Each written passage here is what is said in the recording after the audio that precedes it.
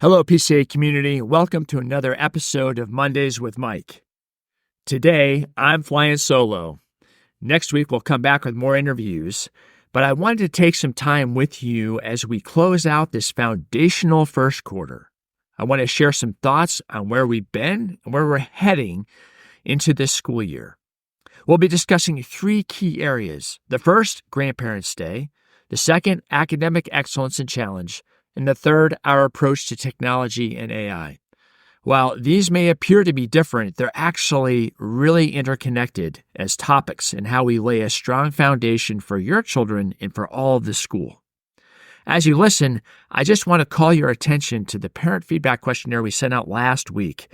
Thank you to those who provided the feedback already. It's helping us paint a picture of what your child is experiencing and understanding that, as well as what the community is experiencing in total. We're going to gather insights at the end of this week. We're going to close that out on your child's and all the children's experiences so far, and it will help us build off of this key first quarter. Our goal is to provide a growth-oriented and excellent experience tailored to each of your children's unique needs as we build the entire community. Thank you for your feedback. So let's start with Grandparents' Day. This Friday, we celebrate Grandparents' Day here at Portsmouth Christian Academy. I've been reflecting a bit on the impact of my own grandparents, and the reality is I didn't have a lot of interaction with them because of my family's moving about back and forth, and they died when I was an early teenager. I lost the last of my grandparents, but I can tell you that the impact that they did have was profound. It has impacted me even to this day as I reflect upon their lives and their love for me and my family. And so as you think about your family, I just want to emphasize that at PCA, we see the same profound influence, and sometimes even more than what I experienced, from our PCA grandparents through your children. And even those that are not necessarily biological grandparents, those that are serving in that surrogate role play such an important part in the growth of your children. And we want to honor that role. Our students have been hard at work preparing performances and artwork and thank you cards and other things to celebrate their grandparents. It's not just a day at PCA to say, we appreciate you.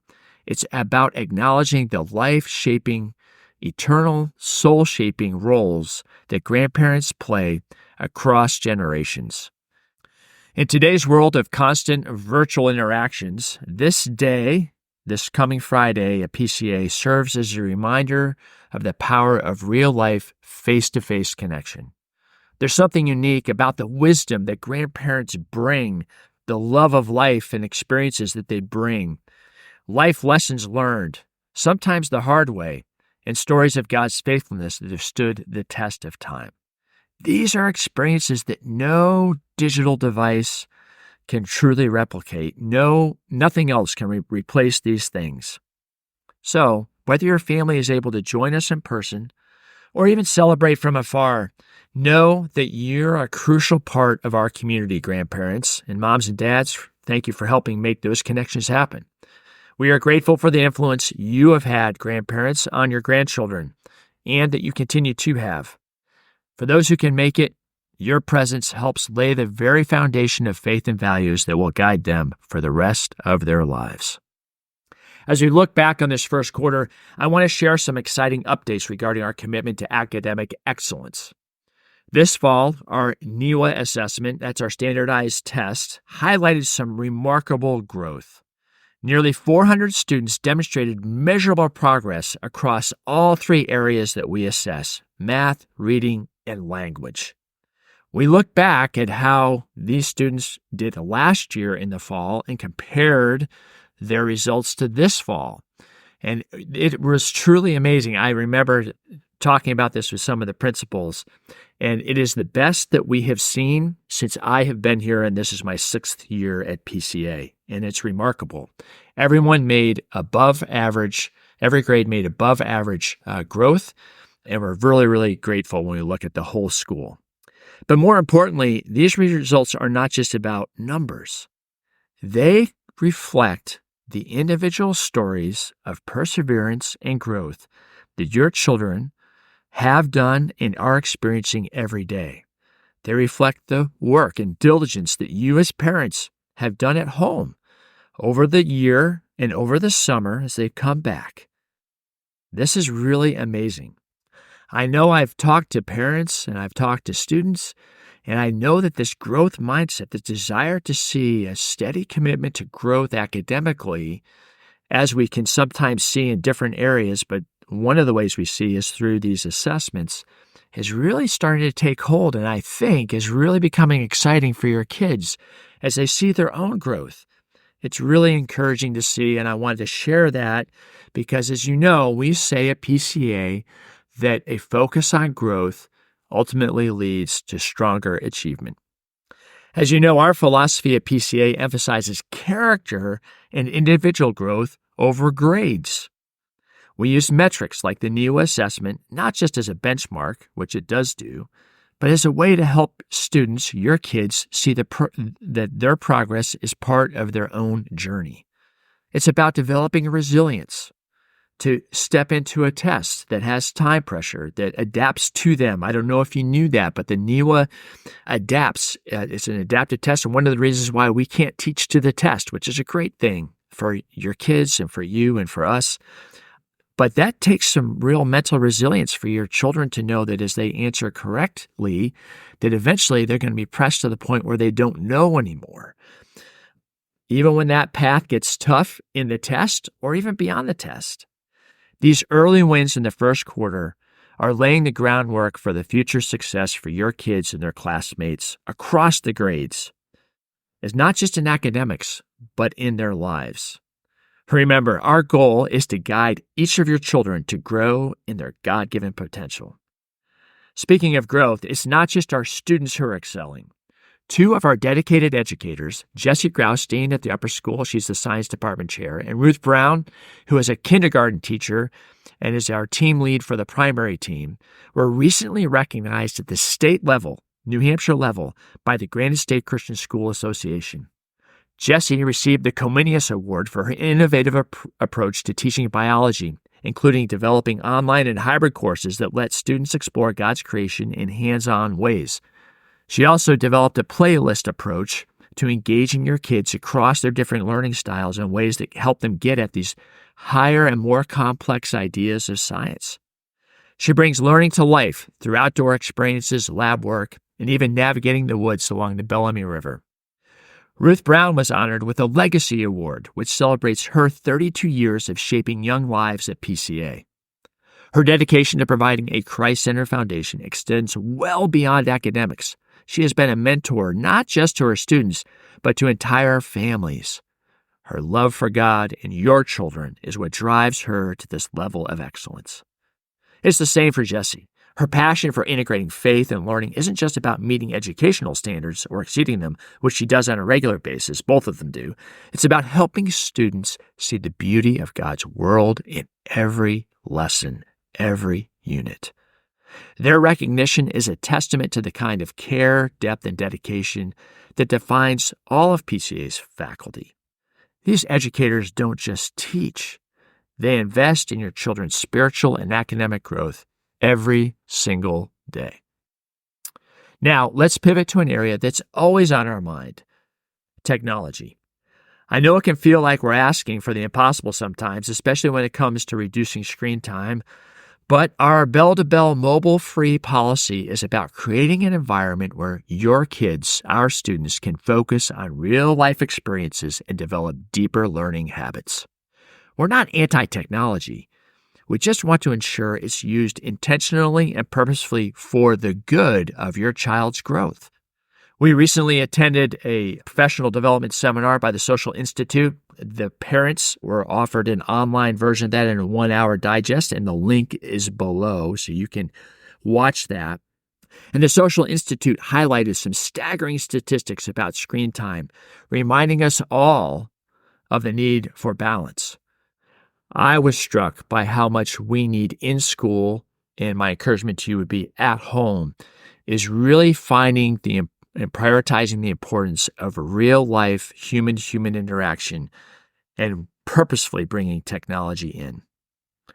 That's why our approach at PCA involves using school devices in a controlled setting to support, not distract from learning while at PCA, and why we don't want personal devices that we find distract and add anxiety to your kids' lives.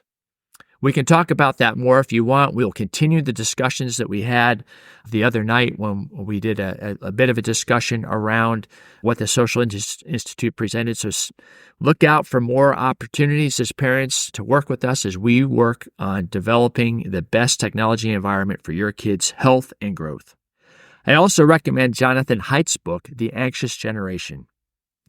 I've referenced this before, but I want to just highlight that it dives into the mental health impacts of excessive screen time and social media. More importantly, I think it also highlights the important brain development that occurs in the adolescent years and why protecting your child's brains during this time through the inputs that they receive is so important. All of this aligns closely with the guidance that we got from the Social Institute. Both advocate for delaying social media and mobile technology use. Similar to how we approach teaching teenagers to drive, we provide the right guidance at the right time. And I'll tell you that is typically delayed for social media and smartphone usage to around the time when we start to introduce the car keys. You've heard that before, and we continue to hear that from those that are looking toward what both the human body and what we're seeing socially play out. At PCA, we want your kids, our students, to grow into responsible, discerning young adults who know how to navigate the digital landscape with wisdom. So what we are saying is not to never have technology. It is generally to delay technology while we provide those guardrails and guide them to where they need to go and where they will go. We live in a technology-laden, information-laden culture, and we want to help and partner well with you from the school's perspective. Our use of artificial intelligence, as it continues to evolve, reflects this approach. AI is a tool for helping students potentially critique their own work, but it should never replace the hard work that learning requires. Growth, academic growth, character growth, comes from effort, not shortcuts. And we emphasize that in every classroom and ask you to partner with us as your child works through and has access to artificial intelligence, especially generative artificial intelligence.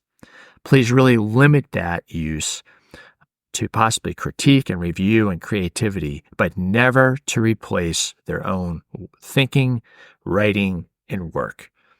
Please talk to your kids about the character and integrity of presenting their own work as their own and really taking ownership and joy in knowing that you can see their growth in their writing. And you're going to see that continue to be an area of emphasis for us over the coming year.